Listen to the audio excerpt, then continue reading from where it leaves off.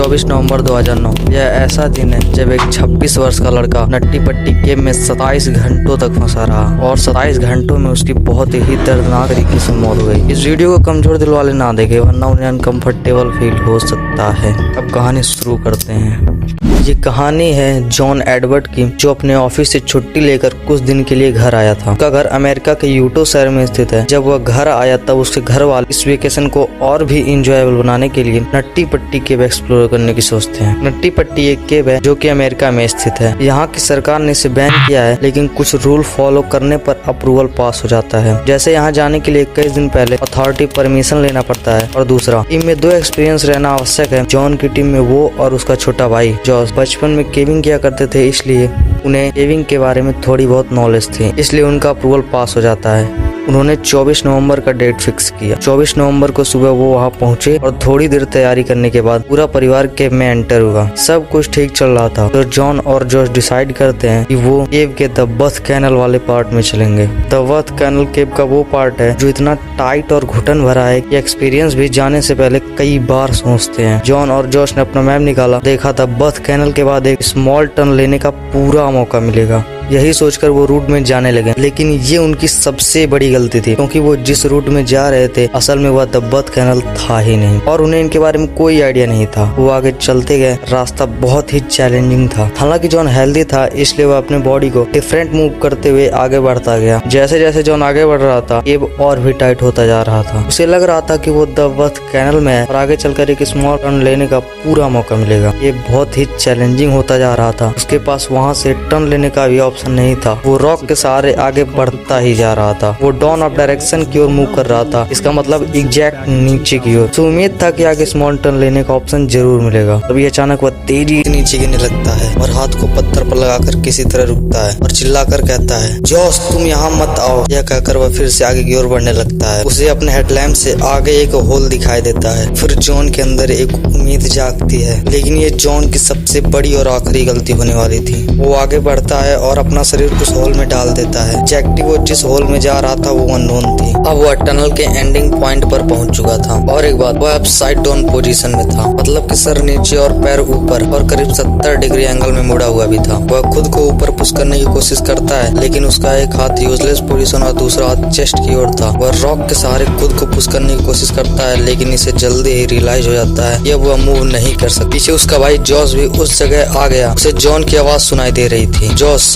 John के ठीक उल्टी साइड आ रहा था, जैसे पीठ नीचे और पेट ऊपर और सर को आगे करके। वह आकर अपने पैर से जॉन के पैर खींचने की कोशिश करता है, लेकिन नाकामयाब रहता है और दोनों में यह डिसाइड होता है कि जॉस बाहर जाएगा मदद लेने के लिए और यहाँ जॉन पूरी कोशिश करेगा रिलैक्स रहने की और धीरे धीरे सांस लेने की। खैर जॉस बाहर आता है, रेस्क्यू टीम को बुलाया जाता है। यहाँ सबसे बड़ी प्रॉब्लम ये थी कि जॉन अब साइड डाउन पोजीशन में है और डॉक्टरों का मानना ये है साइड डाउन पोजीशन में जॉन केवल 8 घंटे ही जीवित रह सकता है और इसके बाद सारी ऑर्गन फेल होना शुरू हो जाएगी। जॉन के रेस्क्यू के लिए पहले एक फीमेल रेस्क्यूअर अंदर आती है जिसका नाम था सुसी और वो अपने पैरों में रस्सी बांधकर अंदर घुसती है ताकि वह अंदर जाकर अटक न जाए और रात के 12:30 बजे जॉन से मिलती है और अब तक जॉन को फंसे हुए 9 घंटे से भी ज्यादा का समय हो गया था। फिर सुसी और उनकी बातचीत होती है। अब जॉन को लग रहा था अब वह यहाँ से बाहर जल्द ही निकल जाएगा, लेकिन वह गलत था। सुसी यह समझ चुकी थी कि सिचुएशन बहुत ज्यादा खराब है। सुसी जॉन के पैरों को रस्सी से बांधती है और खींचने की कोशिश करती है, लेकिन वह भी नहीं होता। उसे सब कुछ करती जितना वो कर सकते थे। फिर वो भी 2 घंटों में फ्रस्ट्रेट हो जाती है। फिर उसे यहाँ से बाहर जाना पड़ता है। बाहर सभी रेस्क्यूअर मिलकर एक प्लान बनाते हैं। डिसीजन यह लिया जाता है कि वहाँ पुलिस सिस्टम इंस्टॉल किया जाएगा और मशीन से उसे खींचा जाएगा। पुलिस सिस्टम को इंस्टॉल करने में घंटों लग रहे थे। यहाँ छोटे टूल को ही अंदर ले जाया जा रहा था और असिस्ट करने में केवल एक टाइम पे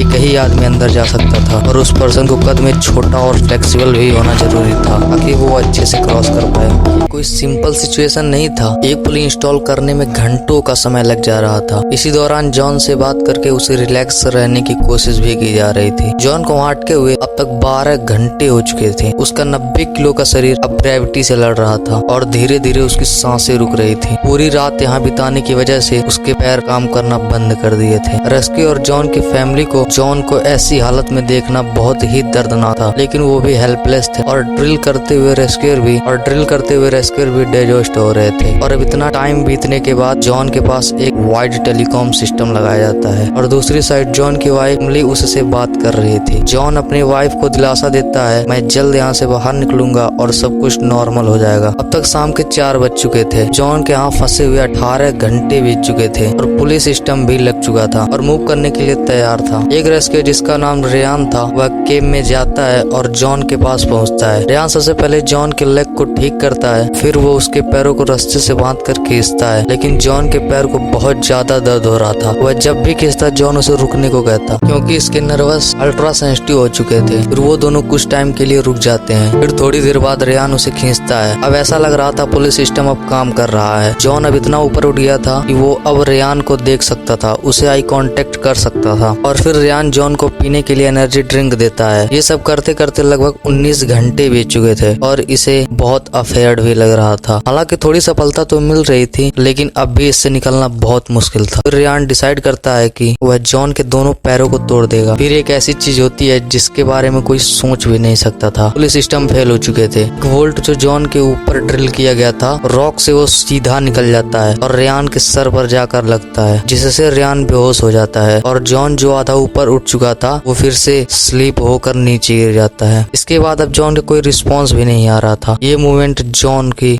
फाइनल किस्मत थी। शायद वह कभी बाहर नहीं आ सकता था। और रेयान को जब होश आता है तो उसके सर से खून बह रहा था। वह पूरा कंफ्यूज हो चुका था, यहाँ पर हुआ क्या है। खैर रेयान को वहाँ से निकालकर हॉस्पिटल भेज दिया जाता है और उसकी जगह जॉन को निकालने के लिए उसके फादर डेव केव में आते हैं। टूटे हुए पुलिस सिस्टम को इंस्टॉल करते हैं। पुलिस सिस्टम को इंस्टॉल करने में फिर 1 घंटे का समय लग जाता है। डेव रस्सी से जॉन की बॉडी को बांधने की कोशिश करते हैं, लेकिन डेव वहाँ जितनी देर भी रहते हैं जॉन का कोई रिस्पॉन्स नहीं आ रहा था और ये पॉसिबल नहीं था कि एक 90 किलो का इंसान केव से बाहर निकल सके बिना उसकी मदद के। और जब डेव जॉन के पैरों में रस्सी बांध रहे थे वो खुद 15 मिनट के लिए वहां अटक गए थे। आखिर में वो भी परेशान हो जाते हैं और थक हार कर वहां से बाहर आ जाते हैं। अब वहां पे एक टेलीकॉम सिस्टम लगाया जाता है कि उनकी फैमिली उनसे बात कर सके, लेकिन जॉन कोई भी रिस्पॉन्स नहीं दे रहा था और पता नहीं वह ये बातें सुन भी पा रहा था कि नहीं। कुछ घंटे पहले तक जॉन की सांसों की आवाज आ रही थी, लेकिन अब वो भी शांत हो चुकी थी। मेडिकल प्रोफेशनल कंफर्म कर देते हैं कि जॉन अब मर चुका है। 25 नवंबर की रात 11:56 पे यह ऑफिशियल कंफर्म कर दी जाती है कि जॉन मर चुका है। अब तक जो हुआ वो बहुत ही डरावना मंजर था, लेकिन अब रेस्क्यू ये फैसला लेते हैं कि जॉन की बॉडी को वहीं कंक्रीट से सील कर दिया जाएगा और इसके 1 हफ्ते बाद ही पूरा नट्टी पट्टी ही सील कर दिया जाता है। ये कहानी तो बहुत दर्दनाक थी, लेकिन ऐसे ही कहानी और देखने के लिए हमारे चैनल को सब्सक्राइब करना ना भूलें।